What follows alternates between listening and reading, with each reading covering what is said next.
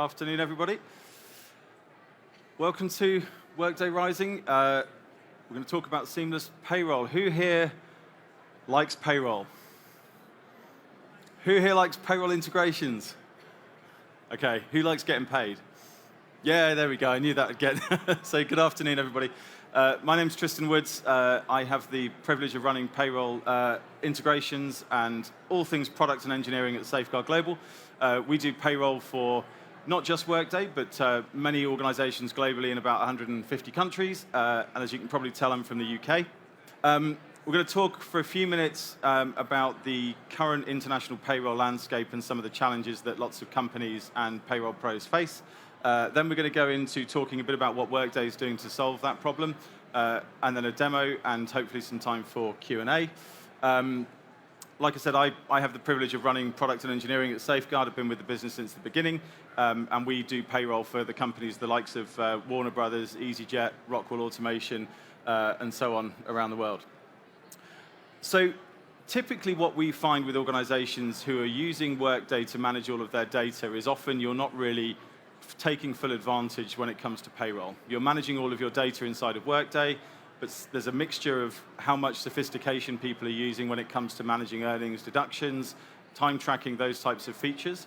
And the result of that, or the result is that companies often struggle to manage international payroll. There's lots of spreadsheets involved, there's lots of manual intervention. And that's because local payroll data is very different. In every country, we always need to know somebody's name and address and date of birth, that kind of thing. However, when you get into international payroll, often we need very specific local data. In the Netherlands, people need very clear data about company cars. In many countries, we need dependence data. So this presents a real challenge for payroll professionals because your job is going, well, I've got some data in Workday, I've got lots of this local payroll data, and the result of that is that you end up dealing with lots of spreadsheets to deal with all the data that's not inside Workday itself. So we want to help companies rethink how global payroll operates. The way that we do that is to ensure consistency of the end-to-end process in terms of how things look and feel and how they interact. And with Workday, how do we simplify that process so you can take better advantage of the data that's actually inside Workday itself? So we have pre-built connectors with Workday that come into our platform. Our platform is called Global Unity, and it really is the sort of orchestration vehicle that helps manage global payroll, creates all the processes, creates all the reporting, the analytics, and those types of things. And that really simplifies the process for anybody involved in payroll, because today you probably think about how do you interface data to 10, 20, 30 different local payroll engines. Well, with the types of solutions that we bring and other global payroll partners, you often get a single platform integration. So you have one integration point from Workday, and that partner, such as us, has already pre-built the way of calculating payroll around the world beneath that. So this enables you to have, obviously, a very up-to-date view of your data, making sure that all of your new hires, all of the self-service changes, terminations, all of that usual stuff has got to your payroll provider, is fundamental to ensuring accuracy of pay, and simplifying that process is part of what we're all about. So some of you may have heard Workday announced at Rising last year that they would be bringing to life something called Global Payroll Connect. Global Payroll Connect really consists of 5 feature sets. First is additional payroll data, which is how do we manage all of those local payroll fields that you need at a country level that Workday doesn't have fields for, and simplify the way that process works. The second is how do people use, or how do you get visibility into your payroll processing status? So today you may go to many other platforms. Those platforms might tell you we're running payroll here, we're reconciling here, we've approved it there, and GPH enables you to see all of that within your Workday tenant itself. And then the last one is something called data changes on demand, which is really a wholesale change to the way data finds its way from your Workday system to a global payroll partner using APIs rather than flat files and peachy integrations and those kinds of things that you might be familiar with. Lastly, how do we enhance the employee experience by bringing pay slips back into Workday, local statutory documents, along with tax filings at the relevant time of the year as well. And what we're going to do shortly is give you a quick overview of some of those features so that you can get a better idea as to how you can create those simpler, more consistent processes within your Workday system. So I'm going to jump over to the ever familiar screen of Workday. And of course, well, this is fantastic. I did have internet a minute ago, I do apologize. There's always one of those potential Bill Gates moments, for those of you that remember what I mean. Right, so first thing we're going to do is look at our global payroll processing. So again, if you're responsible for payroll processing, you're trying to understand what's the status of my individual payrolls. And that's because often partners like us will provide workflow systems that help supervise the end-to-end cycle and process. And you need to understand where is that process at. So if I want to know whether my payroll provider is doing reconciliations and is about to send me data for approval, what Global Payroll Hub does is to bring all of that inside your Workday tenant so you don't have to go to the local systems to check that data. So what this is doing in the background, it's integrating with our internal product that we call MyDay that manages the end-to-end orchestration. And then we bring that visibility into Workday itself. And that gives you a single dashboard view of all of your payrolls, so you can actually see what the status of processing looks like. And it is a little bit slower than production because we're not using production environments here, but what you'll now see is the status of this particular payroll in the Netherlands. And then you've got the options to go out and approve payroll through links within Workday. So I'm going to come back to that in a moment because we're going to run some processes in the background that's going to see some changes happen to this screen a bit later in the demo. But that's what Global Payroll does. Global Payroll Hub does is to give you that view within your Workday tenant. Now, the next thing I'm going to do is talk a little bit about data changes on demand. So data changes on demand is a way of us being able to receive data from Workday. So typically what companies have done in the past is you've set up Peakoff or Peachy integrations inside Workday. You schedule those. Every year you define a new payroll calendar. You have to go and reschedule all those integrations. And what they do is those integrations will run. They will send data out of Workday in an XML file, and your local payroll provider will pick that data up and use that to process payroll.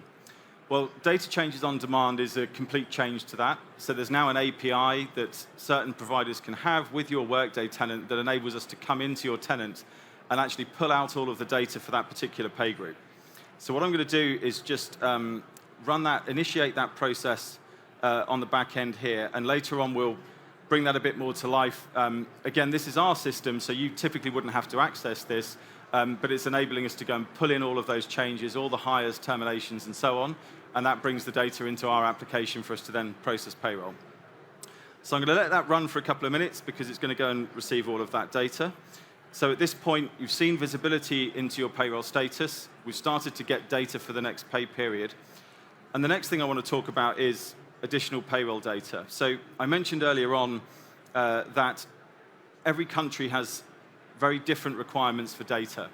And historically what's happened is that payroll administrators have had to go to a new employee and say, give me these extra fields of data that I need to be able to process your taxes correctly, process your payroll correctly. And that's because Workday didn't build out all of the local payroll fields. And the way additional payroll data changes that is it enables us to publish a form within the Workday tenant so that the new employee can go and deliver that data directly to a global payroll partner. So imagine a process where new employee, new hire business process completes, which is what I'm going to do now.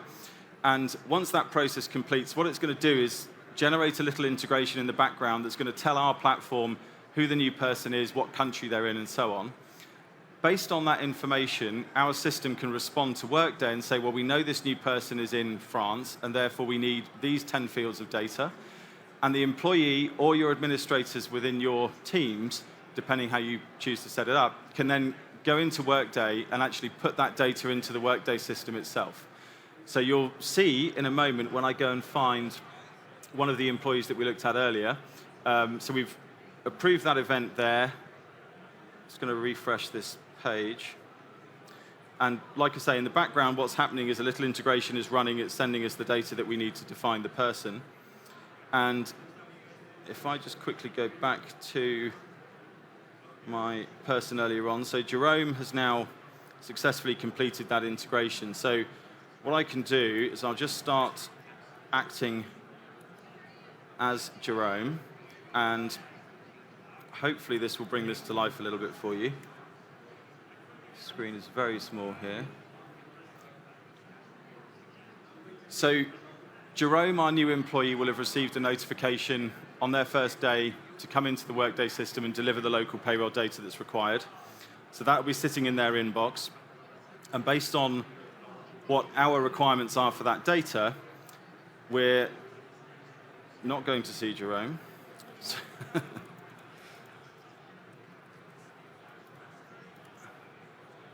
Sorry, it's a little bit small up here, and I cannot see particularly clearly. So I will go back to my earlier employee. So let's find Marcel.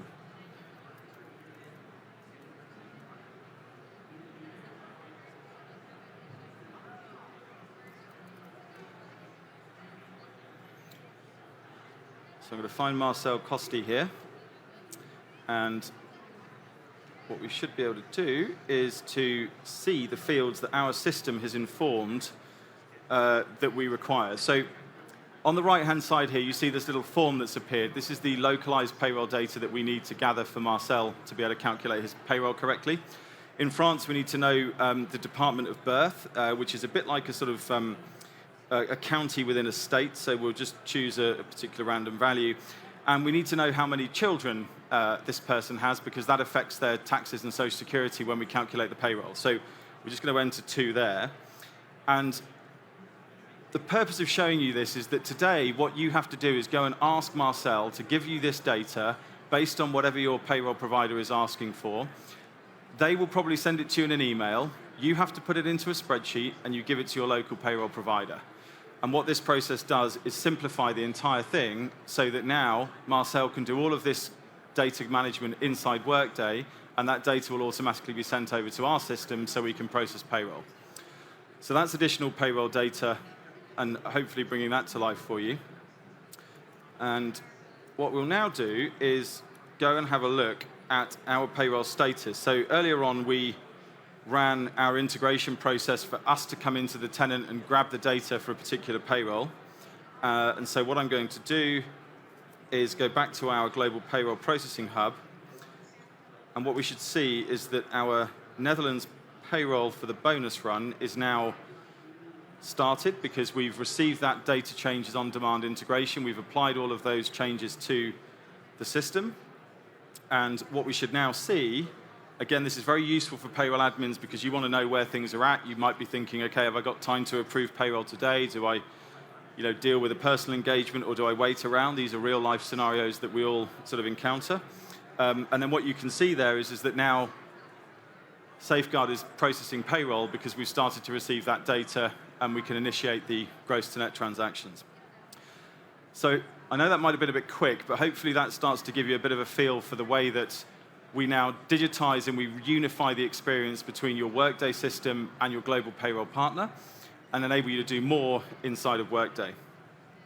Last things I'm going to do is just go and find an employee, because we talked about payslips and tax filings, and these are particularly important. So what global payroll partners have been able to do for a while, actually, but sadly not so many Workday customers leverage this, is to actually bring back payslips and external results and tax statements into Workday. And so what we can see here is a summary of the data. So this is exactly what Damon would see if they've had their payslips published inside the Workday tenant. And what we do is we port in the local statutory compliant payslip documents. So this is relevant when people apply for mortgages, that kind of thing. They need the local document. And so we bring that back, we push that through an integration back into Workday, and that's what you get to see here. So they can print that off, download it, whatever they want to do. The same then applies for tax filings as well. So we've got tax documents here that would, typically at the end of the year. Some countries it might be quarterly. We're going to produce a tax filing statement, and again push that back into Workday.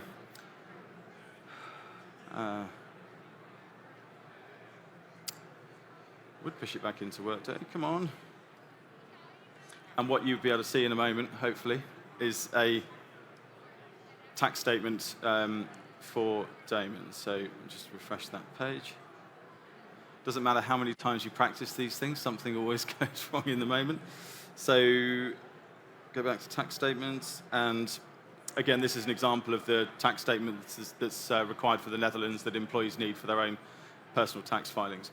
The other thing that we do, which is really helpful actually, is external payroll results. So think of every single line item that's on somebody's paycheck. How do you bring that back into Workday? Because you can then use that, whether it's using worklets in Workday to visualize that data, whether you're pushing that data to Adaptive Insights or to Prism. There's various analytics tools, the purpose of which is to help companies really understand and analyze their workforce spend, because historically they haven't had access to that data. So external payroll results really puts the power back into your hands to understand what you're spending on payroll without having to put together lots of different local payroll reports or go out to third-party systems. So that's the end of the demo. Hopefully, I didn't do that too quickly. If I did and you have questions, then please catch me in a little bit. For us, what's really important is payroll is complex. I think everybody around this, in this room would know that payroll is complex, and we like to make it less complicated, again, through creating consistent processes and making it easy for everybody to leverage technology that you've already put together and invested in, and create that experience for your people. It's something we're very passionate about. It's all we do. Thank you for joining me today, and I hope you have a fantastic rest of Rising. Thank you.